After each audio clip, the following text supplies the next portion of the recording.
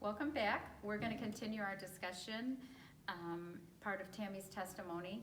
I'm going to start this segment by telling what happened from our perspective right before Tammy agreed to go to the hospital.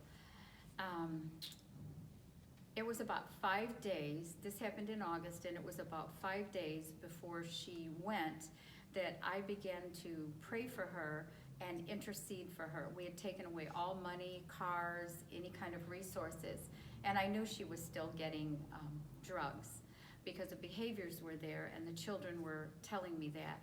And obviously there was no communication with her at that time, so I began to communicate with God and intercede, and I started feeling like for 5 days that your daughter's dying. I felt like the Lord was telling me, your daughter's going to die and you need to pray. And so I interceded and I came to church on a Sunday, was going to have to speak, and I came to church and I walked in the office and I told my brother, Ken, for about 5 days I felt like my Tammy is dying. This is critical. And so he didn't give me much comfort, but yet he did, of course. He said to me, I have felt the same way. And that kind of shocked me. He said, we have to pray together. And so we did, and I went and knelt at the altar before I spoke, and I cried out to God, and I said, listen, God, I don't have any time to waste. I just have to tell you, I need you. I need help now. It has to be today. Your word says today is the day of salvation, not tomorrow, not next week. Save my daughter. And by 5 o'clock that night, I got a phone call that said that Tammy was going to go to the ER. I got a call from my grandson that said, can you meet us there, Granny? So can you tell me, Tammy, what made you go to the ER at the time I was praying? Well, my Aunt Laurie, who we call each other kindred spirits, we call each other kindred. And we you have are. a bond, special bond. She had begun communicating with me and just basically encouraging me to go get help. She knew I needed to go get help. She knew things were bad, and she basically told me, look, your family loves you. Don't be ashamed, just go, please just go. Your mom will go take you or meet you up there, just please go.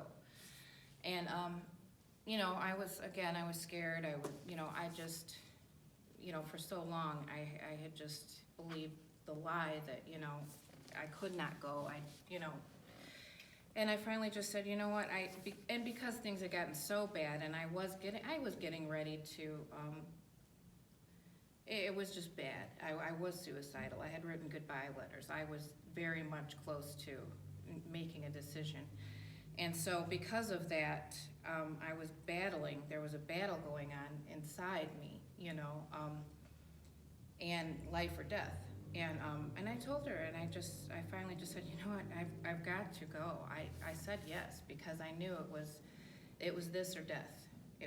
This was my last shot. This was it for me. It was go to the hospital and get help or die.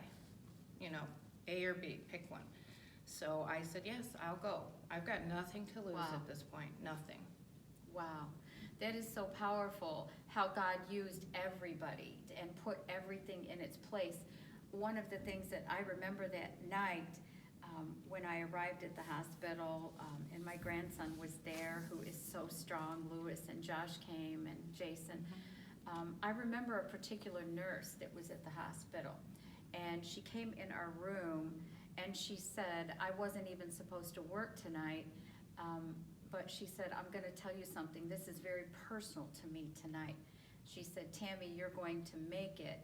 Because she said, when I was 21 years old, my mother died of a heroin overdose. And she was a believer, she was a Christian, and God just had these people in place for us, every doctor. And one of the things I was so worried about that night, and I was texting Anna Lopez, who's a nurse, are they going to keep her? And I know you even wanted them to keep you that night. And I was concerned that they might not keep you. And then when the doctor came in and he asked you, he said, have you been suicidal? And you said yes. And he said, for how long? And you said, for years. And then he said to you, do you have a plan in place? And you said, yes. And at that point, I think my heart broke, but I was happy that you were honest in telling him that so that we could get help, because I knew at that point, once you admitted that, they're going to keep you. And we were going to get the help that we needed, the medical help we needed. And God works through people. Now, I will say that he used the doctors and hospitals, but he also delivered you supernaturally. I believe that God met us in that emergency room. So you tell me a little bit about what you were thinking that night. That night, I just remember, and it's kind of a blur to me because I was just so mentally, emotionally, physically, just things were very bad at that point, very bad. I wasn't even thinking clearly. But I do remember just feeling hugely relieved, like the weight had been taken off of me. Like I just felt like it's over. That's how I felt. Like Wow. even though it was just the first, I had just gotten to the hospital. I was still in the ER, but I felt like it's over now. It's over now, and that I can rest now, you know. And that's the main feeling that I can remember feeling was it's over. I'm gonna be okay now. That's how I felt, you know. One of the misconceptions too, when I think of the hospital, I think of the fact that you had been in the process of trying for quite a while to get free, and I wasn't aware of that. Tell me about how you tried to get yourself free. Over the years, many times, I knew that, you know, when people are addicted, and I had done a lot of research online and things, you know, to get free, you have to go through a period of detoxing and I would try. I really would try. I'd give it everything I had, and I just could not do it. I mean, I would get to like 3 days, 4 days, and I would think, shouldn't it be getting easier? Mm-hmm. Instead, by like the 4th day, I would feel like just dying. You know, it seemed like it would just get worse. Let me stop you there. I think that that's what people think, that if I go to a hospital, they're going to make me go through withdrawal, and you've already tried that, mm-hmm. right? And yep. You know how bad that feels. Right. And you're afraid of that, and that's another lie, isn't it? It is. It's going through withdrawals is, it's hell on earth. It's hard to describe. You've done it to yourself, you know, basically. You've done this to yourself, so it's like, well, I don't deserve to get help because it's my fault. So, of course, they're just going to be like, well, too bad. You know, you did this to yourself. You made this choice. But you know, it's torture. It's torment to go through withdrawals. And every day seems to get worse and worse till you just can't stand it anymore, till you're so desperate, you know, you could rob a bank. You know, you're just like, I can't do this. I can't do this. You know, it just gets to a point where you give up. You can't do it. And I had tried many times. And I just could not do it on my own. I want to say this because I know that there may be people out there that are struggling with this, and maybe you're struggling with the decision whether to seek medical help or not. I don't know how it is for everybody, but I was amazed. They did give some medication. I was amazed at how well that medication worked. I thought that you were going to go through withdrawal in the hospital, and it seemed to be so super easy that I wondered, why don't people? But I think people don't come because they don't know that. It is